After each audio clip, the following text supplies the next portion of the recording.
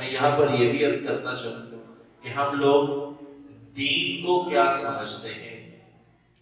ہماری نظر میں موجودہ دور جو چل رہا ہے ہم یہ سمجھتے ہیں کہ شاید دین صرف اسی چیز کا نام ہے کہ جو 5 وقت کی نماز پڑھ لی جائے، رمضان کے روزے آئیں تو ہم روزے رکھ لیں، زکوٰۃ کا مہینہ آئے تو ہم زکوٰۃ دے دیں، حج کی توفیق ہو تو ہم حج کر لیں تو یہ دین ہے. حالانکہ یہ تصور، یہ کنسپٹ غلط ہے کہ دین صرف اس چیز کا نام نہیں ہے، بلکہ دین میں سے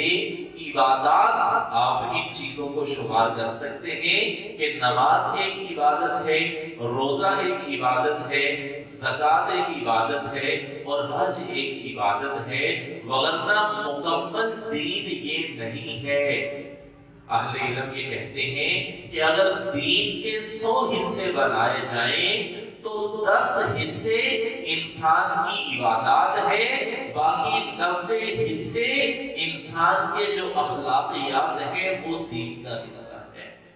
مثال کے طور پر میں عرض کرتا ہوں، نماز بھی دین کا حصہ ہے، والدین کی خدمت دین کا حصہ ہے، روزہ دین کا حصہ ہے، کسی کو تکلیف نہ پہنچانا بھی دین کا حصہ ہے، زکوٰۃ دین کا حصہ ہے تو غریبوں پر زکوٰۃ کے علاوہ صدقہ اور خیرات کرنا بھی دین کا حصہ ہے، جھوٹ نہ بولنا بھی دین کا حصہ ہے، کسی کو دھوکہ نہ دینا بھی دین کا حصہ ہے، کسی یتیم اور غریب کا مال ہڑپ نہ کرنا بھی دین کا حصہ ہے، کسی سے سچائی کے ساتھ معاملات کرنا،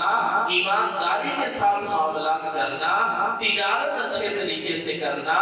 یہ بھی ایمان کا حصہ ہے، یہ بھی دین کا حصہ ہے. لیکن ہم یہ سمجھتے ہیں کہ شاید دین مسجد کی 4 دیواری تک محدود ہے. ہم جب مسجد میں آئیں گے تو ہماری دینداری شروع ہو جائے گی، جب ہم مسجد سے نکلیں گے تو ہماری دینداری ختم ہو جائے گی.